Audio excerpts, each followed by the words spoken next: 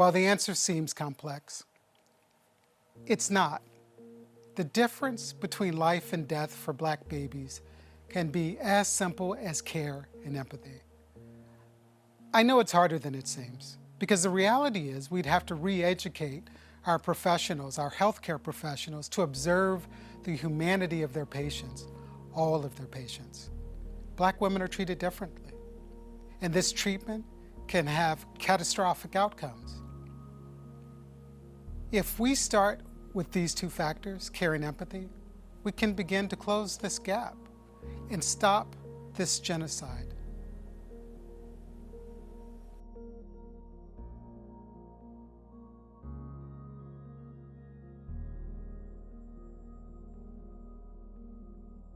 From my experience and from what I know, to me, it looked like my baby was having seizures. But being in a room of educated medical professionals, no one else in the room either saw what I saw or chose to listen to what I was saying at that moment. I had my baby around 5 a.m. on the 20th of May. And I said at that time, I think my baby is having seizures. I said those words. Again, it felt like no one heard me. They took the baby away and began to run tests. And they said I'd be able to go see him down the hall as soon as I cleaned up. And they did everything they do to a mother after she pushes out a baby. As soon as they were done, I was in a wheelchair getting pushed down the hall because I needed to be with my baby. I had the baby at 5 a.m. I was getting pushed down the hall by 7 or 8. I don't remember the exact time. But I remember when I got into the room, there was a nurse in the room. And she was handling him and getting him wrapped to be held by me and my mother because my mother was still with me. And I remember watching her and I felt like I was being sensitive. And I was like, she's not being gentle enough with my baby. She's just handling him. And I don't like that. My mom, she put her hand on my knee and was just like, it's okay. Like, it's okay. She's just being reassuring and positive this entire time. And so I felt like maybe I was being too sensitive because I can be a little brass sometimes.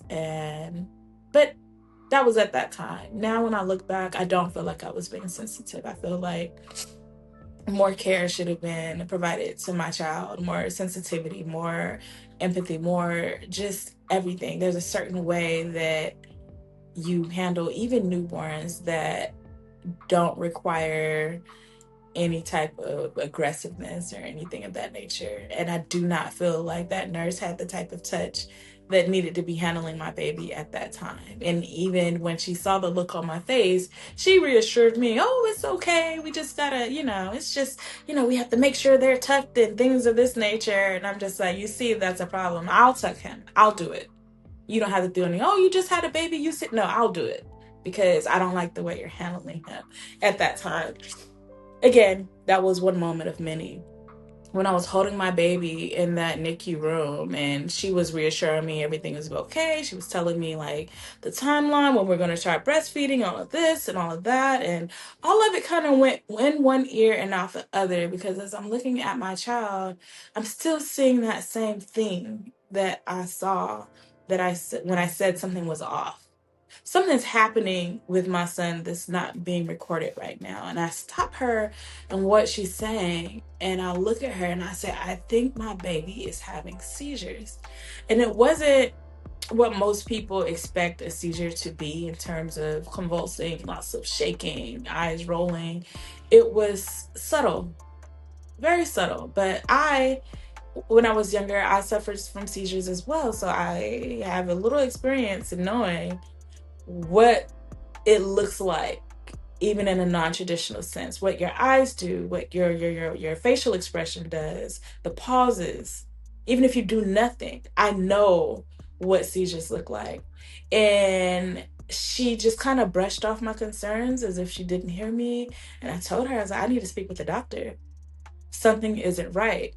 And she kind of minimized what I was saying to, you're just exhausted. You just had a baby. You've been up for hours, let's get you rested. And then maybe you come back and see the baby. I'm like, you're telling me all of this stuff about me.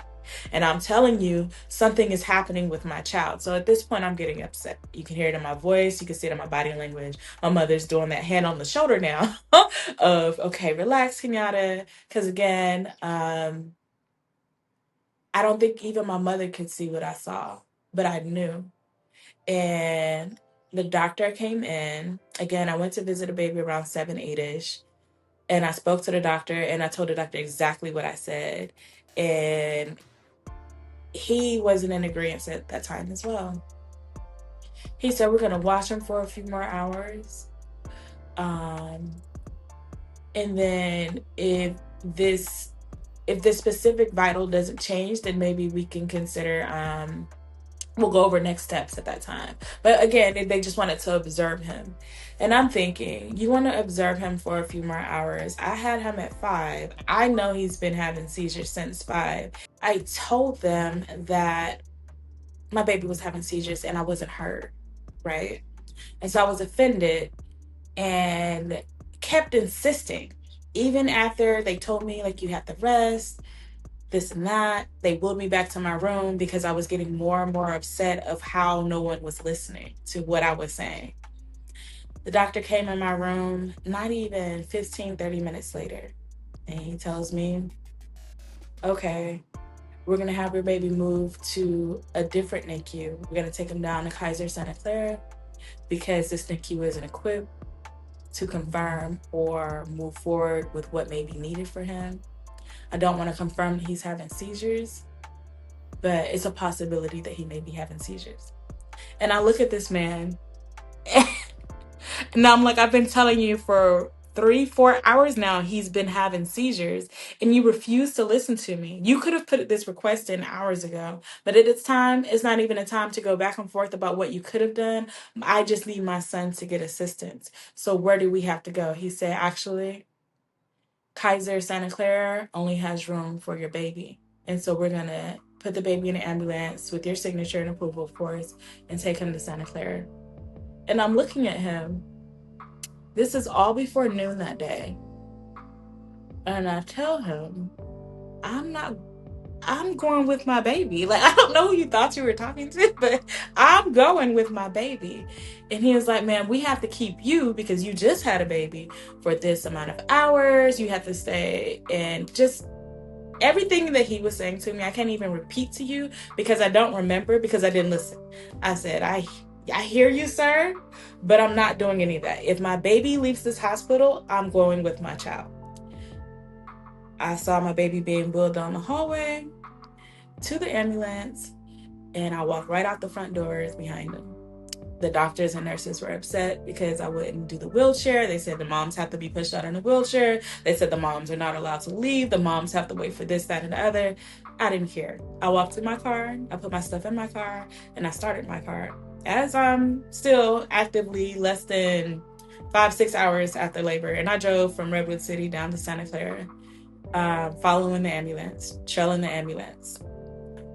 They told me less than 30 minutes of being in Santa Clara County that my baby, they highly suspect my baby has been having seizures, and they needed to take him to Lucille Packard immediately. We weren't there long. We were not at Santa Clara long. It was so severe that they knew off appearance, the same way I knew when I had him many hours prior to that my baby was suffering from something that they couldn't figure out on the outside. And so they shipped us over to Lucille Packard. Again, Lucille Packard did not have a room for me. So once again, I signed off on the ambulance paperwork for my son to be transferred. And I got in my car and I drove to Lucille Packard. There they had the level of NICU that was equipped to deal with these type of situations. And just a team of doctors that could really do what you needed them to do. But similar biases in terms of how someone feels when they're heard or when they're not heard, and being in these spaces with these professionals. Still similar, but not quite as bad as from what had initially started that day. We get settled into Lucille Packard, and I go to their NICU and speak with their doctors. And, they are giving me the raw facts of, yes, your baby is definitely and has been having seizures. We're trying to get them under control.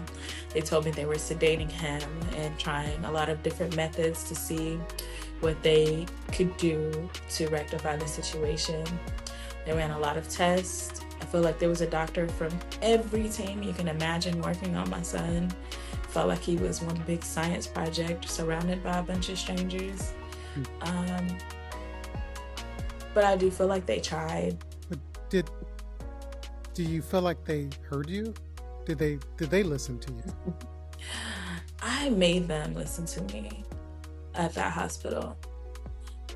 At that point, I was fed up. I had nothing to lose. It was just dawning on me. I could feel my body, but I couldn't feel my body. How much pain I physically was in, mentally was in, spiritually was in, and how anything that I had to give was just towards the prayers to my son. I remember those doctors coming to me, and we stood around my baby's NICU bed when he was sedated, and he was barely moving.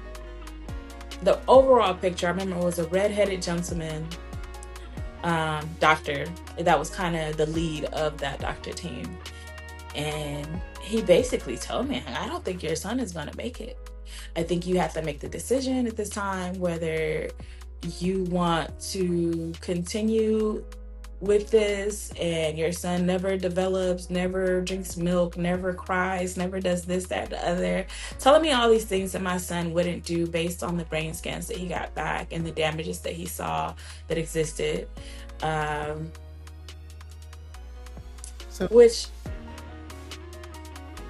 Was there any empathy in those words for you? No.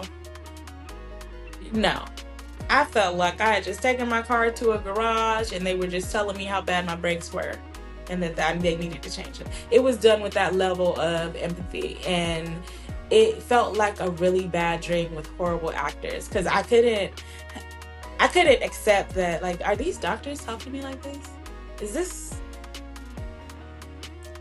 Is this really happening? Is this how they treat people? And I can't even harp on how I'm being treated because I'm just trying to grasp the concept of what they're saying and the life or death of my son that's laying here in front of me. Like, it was so much in one moment that it felt like he said something that he says every day and kind of like, well, I'm gonna give you some time to think about it. So be back. And it was so much.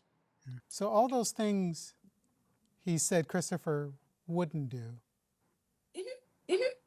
Did he? Did Kristopher prove them wrong?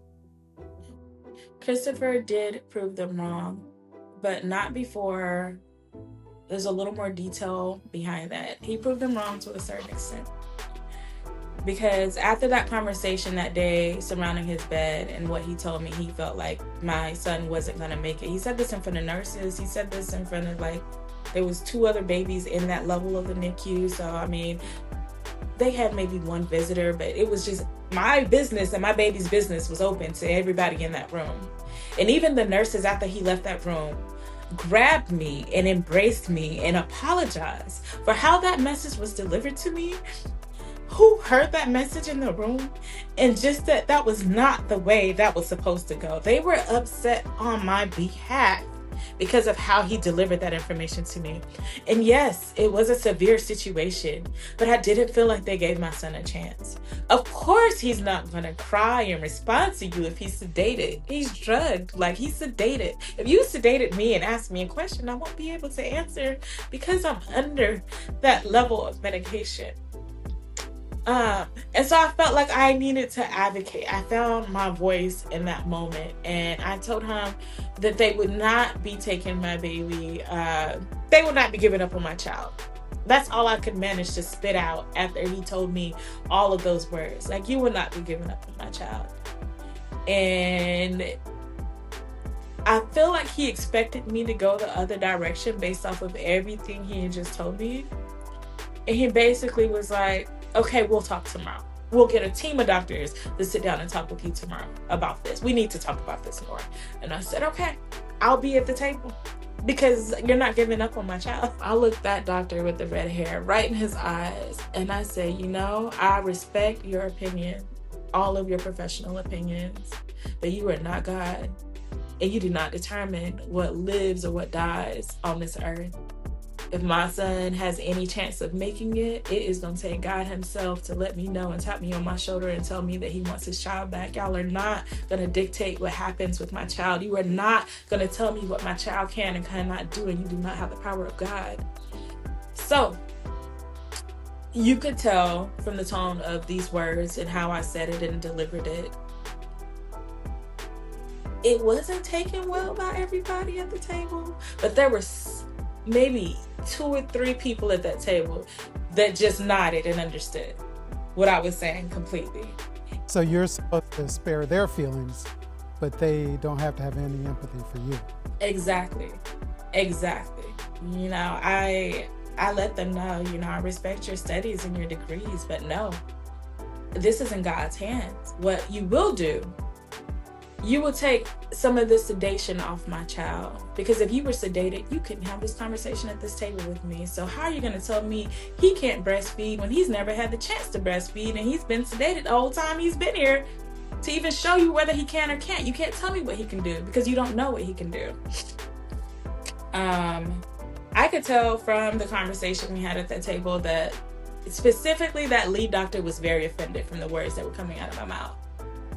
And it's not a situation where I could say anyone with a good heart could honestly want to have an I told you so moment. But his response was like more of a, okay, well, we'll see.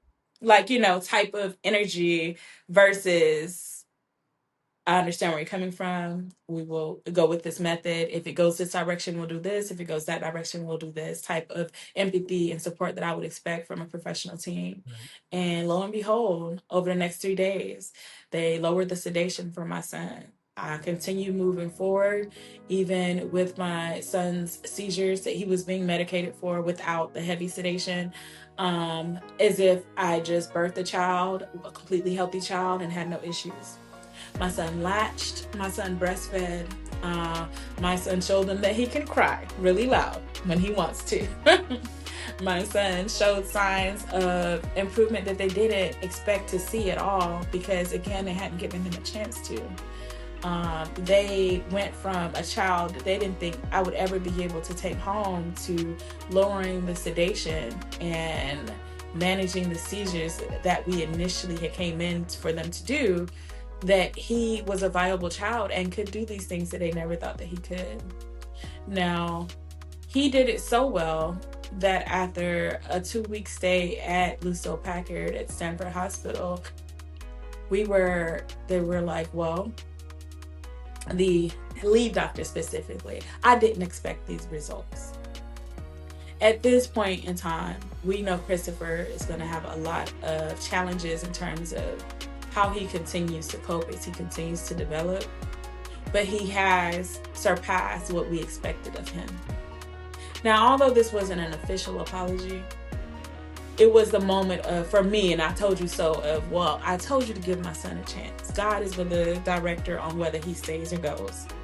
I told you to give him a chance. And now you see that there are things possible beyond your knowledge and understanding. But they told us there was nothing more that Lucille Packard could do for us that Kaiser couldn't. We were Kaiser health insured people, so we got shipped back to Kaiser once it was at a level that Kaiser could manage, and we stayed at Kaiser for a few more weeks. Total, after labor, we were in the NICU for about 31 days, and at the end of 31 days, my Kristopher had proven and fought long and hard enough to show that he was able to come home. He was able to come home with me. Essentially, at the end of 13 months, I did still lose my son, but I had a year of holidays, of moments, of laughs, of being Christian, meeting my family, meeting his family. spending quality time that we would have never gotten if I hadn't advocated for him, just to that he was okay enough to be coming home, to be taken care of. I didn't mind becoming a nurse overnight to be able to take care of my son during those 13 months, but he showed them and he gave me something that I don't think anyone else would ever be able to, you know? He gave me the strength to keep fighting, because there's no way I could give up if I can see him wake up and fight every day. There's no way with anything in life. He fought to the very near and dear end, but he fought. And so he gave me everything that I needed to continue to move forward. And although my experience with those hospitals, I just still will always have mixed feelings about what could have been done or what should have been done or how it could have been better. Chris gave me something they would never be able to take away from me. So. Sounds little Chris lived a short but mighty life. What was that? I'm so sorry. I said little Chris lived a short but a mighty life. Yes. He changed everything. Everything. I'm sorry that you went through this. And I know that you know that your experience, unfortunately, is the same for a lot of Black women. What do you think could be different? I think the only thing that would make it better is the training and the true empathy that doctors have, truly listening to their patients and not making any assumptions based off of the color of their skin, on the amount of pain that they can take or the amount of truth that's being told. I think they should treat every single patient, even though it would take a lot to be able to do this, but they should treat every patient with enough dignity to at least hear what they're saying. Yeah. I don't think, Kenyatta, it would take a lot. You don't? I don't think so. I think empathy is simple. Kindness is not difficult. And it only has one outcome. I don't think it's that difficult. Unfortunately, and I think, I've heard other stories of doctors believing that Black women are some sort of mystical creature that can endure more pain. And therefore, the pain that they talk about is not relevant. I heard stories of women with their babies like yours far too many times. And in fact, in Santa Clara County alone, our Black babies are dying at, it's not even alarming, it's literally genocide. The rate Absolutely. is genocidal.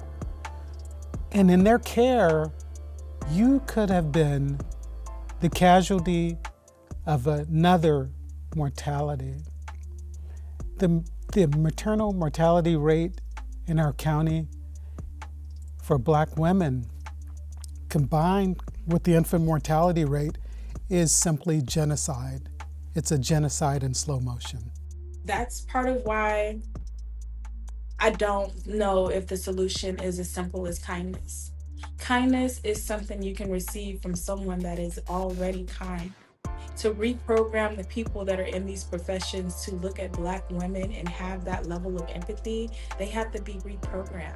They've had these beliefs about Black women and just different cultures that suffer from these type of results since they were born. It came from their parents and their grandparents and their grandparents' grandparents. These things are passed down to people that are in positions of people's lives now, or handling people's lives. But that ideology behind what they see when they see a Black woman and the amount that she can take, that's hard to switch for them. That has to take reprogramming, because you can act kind, but to be kind is something internal. And I don't know if they have that. I don't want to be a negative Nancy and pour down on the idea of this change ever coming, but it's deeper than the surface. And I know it's deeper than the surface. Their internal feelings towards us isn't something they just woke up and read in a book. You're right. You're definitely right.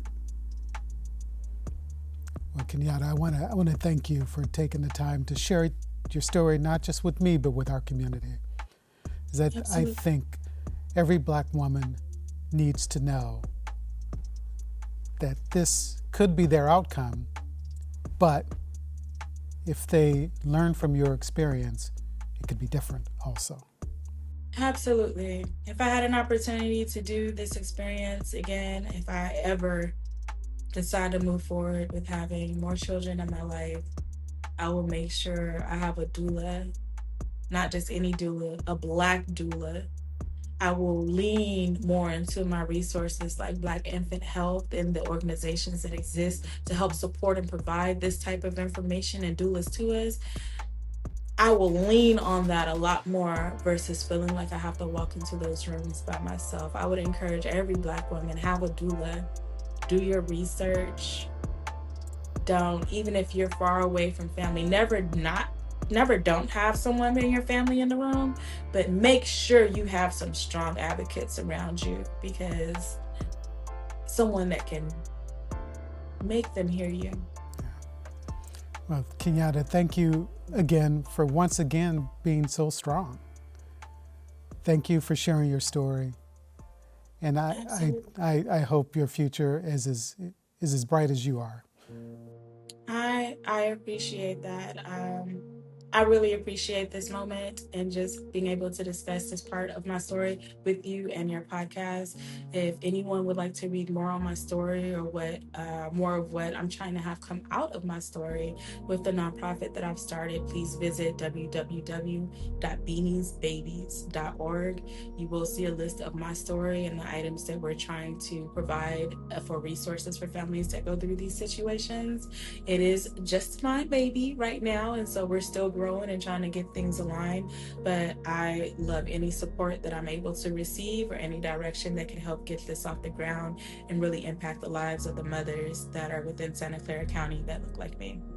That's amazing. And we'll put that link up on the screen for everybody to see as well. Thank you. I appreciate that. All right. Thank you, Kenyatta. Thank you for being so amazing.